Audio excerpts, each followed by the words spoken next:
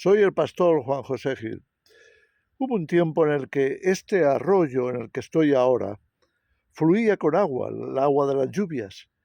Solía llover bastante y esto era un fluir de vida, de agua para regar campos, para traer vitalidad a algunas tierras.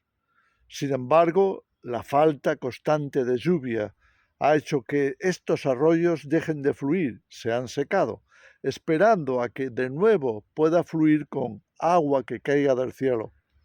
Ahora están secos, ahora han dejado de dar vida, de fluir, para que otros puedan beneficiarse de ese agua importante, esencial, vital.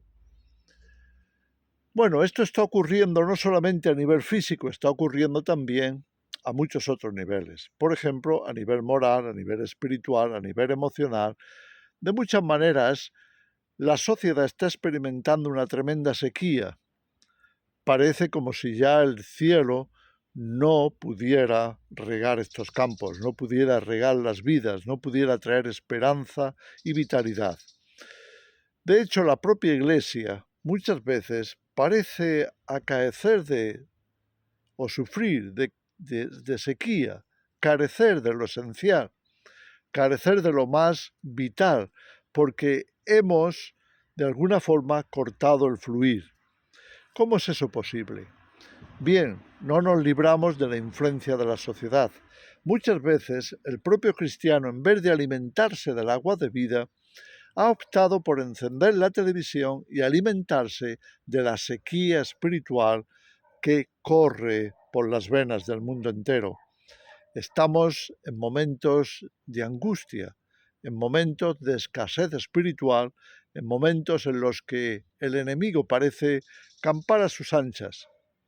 Lo está logrando, está incluso consiguiendo que el futuro, en vez de ser brillante para la humanidad, parece estar tornándose en una amenaza que alcanza a todos, empezando desde la infancia, que también se ve bajo esa amenaza. Cuando las condiciones de la sociedad, las condiciones del mundo llegan a este extremo, se hace prácticamente imposible evadir la justicia de Dios, evadir la ira divina. Cuando los malos llegan al colmo, como nos anunciaba el profeta Daniel en el capítulo 8, cuando la transgresión, la falta de criterio, la falta de buscar a Dios, de alimentarse de su mensaje y de su palabra, llegan al extremo, la humanidad se arriesga demasiado, porque poniendo sus ojos en lo material y tratando de salvarse a sí mismos de lo peor que pueda pasar, en vez de alejarse de ese peligro, se acercan, se aproximan peligrosamente. La Biblia nos ha hablado de muchos momentos en los que en la historia la humanidad se acarreó a sí mismos los juicios divinos, no pudieron escapar, y no pudieron escapar sencillamente porque ellos mismos estaban llamándolos con sus transgresiones, con sus pecados, con su deriva, trayendo sobre sí mismos condenación, trayendo sobre sus vidas esta sequía del desierto que sufrimos hoy. Toca considerar nuestros caminos, ver qué está pasando, por qué está pasando. ¿Sabes? A veces estamos demasiado tentados a quedarnos en esas amenazas, en ver lo que está pasando en la humanidad y sentirnos con ese escalofrío de la desesperación, de la angustia. El profeta Daniel, en el capítulo 12, ya hacia el final del libro, nos advierte de que vendría un tiempo en el que vendría de nuevo esa amenaza. Un tiempo de angustia, nos dice ahí, justo en el primer versículo, como nunca antes habría ocurrido en la humanidad. Tiempo de angustia, tiempo de desesperación, tiempo de tribulación, lo llama el Nuevo Testamento. Pero es el mismo tiempo, es el tiempo de agotamiento de la bondad y de esparcimiento desmesurado de la maldad. Lo conocemos también como el tiempo del fin, el tiempo de la bestia, el tiempo del reinado del anticristo, el tiempo de la desesperanza, el tiempo de la maldad. Terrible ese tiempo. Lo podemos llamar el tiempo de las tribulaciones finales, el tiempo de la gran tribulación, o de cualquier forma que podamos tener en nuestro vocabulario para expresar un tiempo final de grandes dolores, de grandes persecuciones y demás. Y tenemos que hablar de ello porque, entre otras cosas, los creyentes como cristianos tenemos que asumir cuál va a ser nuestra posición en estos momentos. ¿Qué vamos a hacer? ¿Cómo vamos a bregar con ello? Y a veces, repito, estamos tentados a quedarnos en ese momento terrible de angustia. ¿Será que lo podremos atravesar? ¿No será que nos quedaremos truncados, frustrados, deshidratados en ese desierto?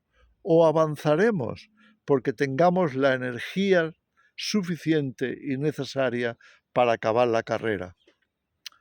La palabra de Dios para estos momentos de crisis también nos quiere proveer agua de vida. Lo mismo que hizo en el desierto cuando el pueblo de Israel salió de Egipto.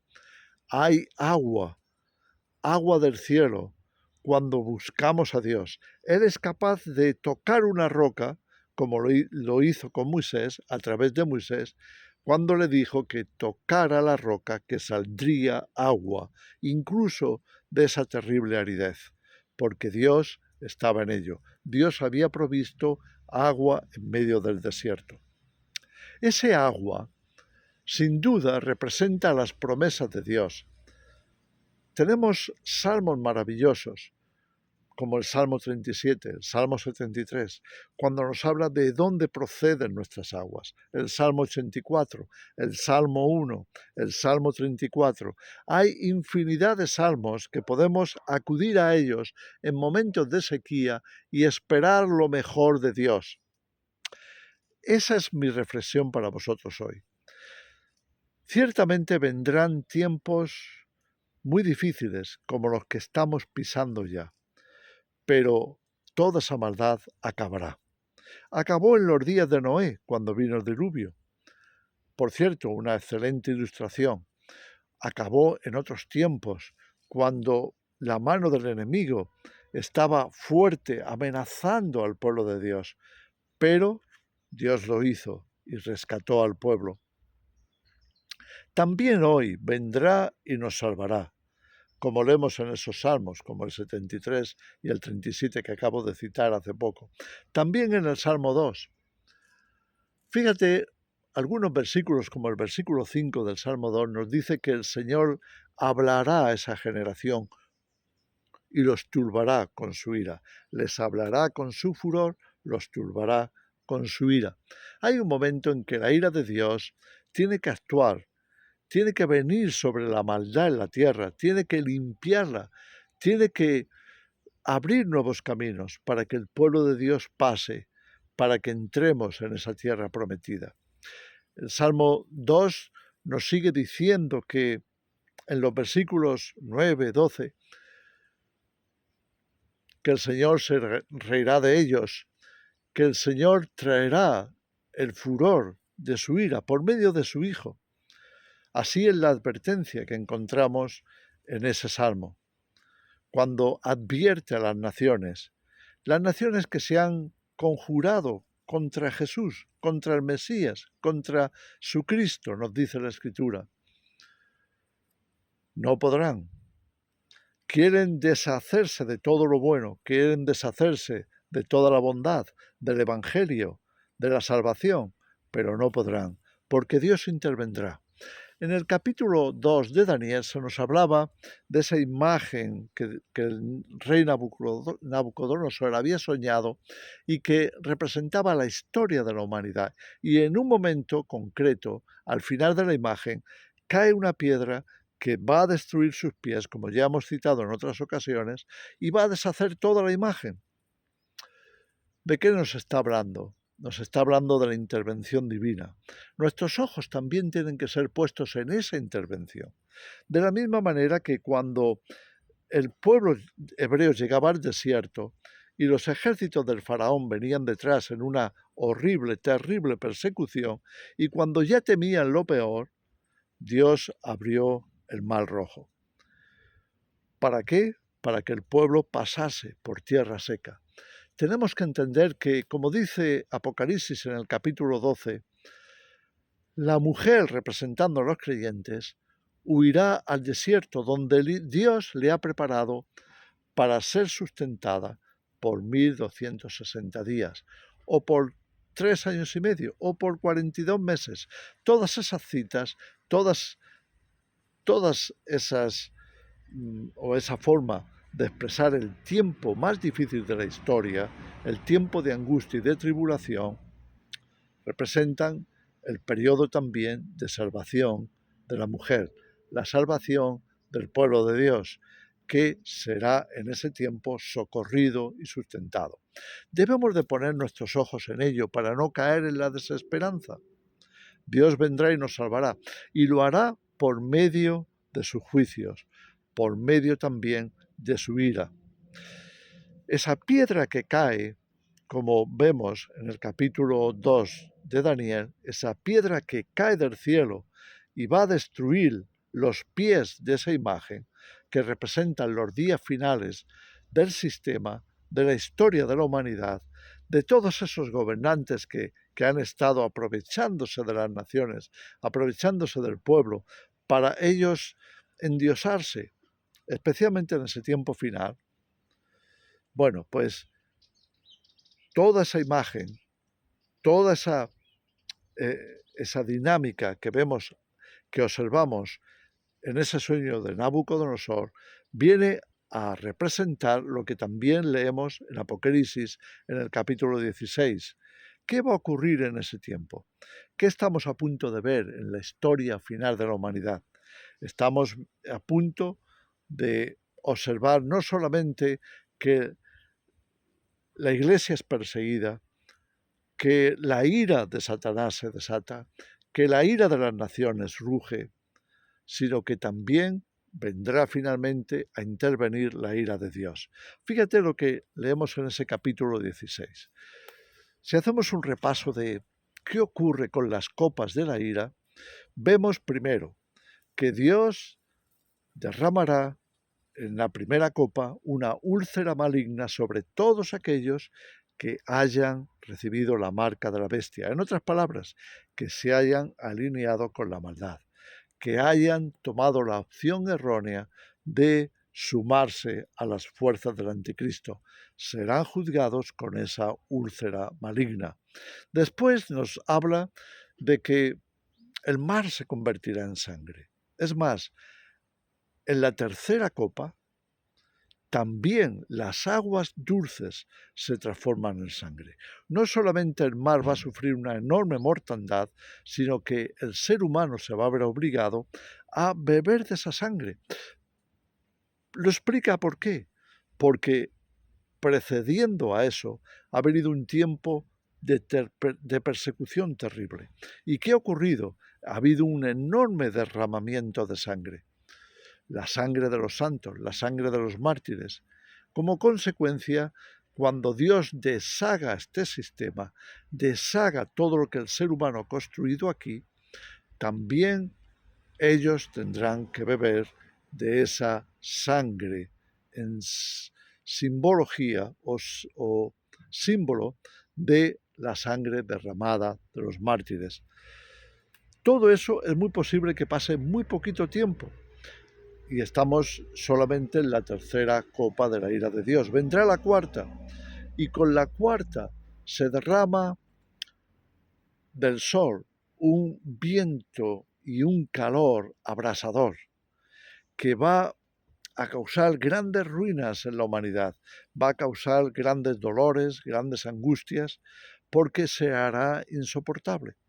Con la quinta de las copas se derramará, como comentábamos recientemente, una enorme tiniebla, una oscuridad profunda que va a cubrir todo el sistema de la bestia. Y en el punto número 6, en la copa sexta, viene la batalla de Armagedón.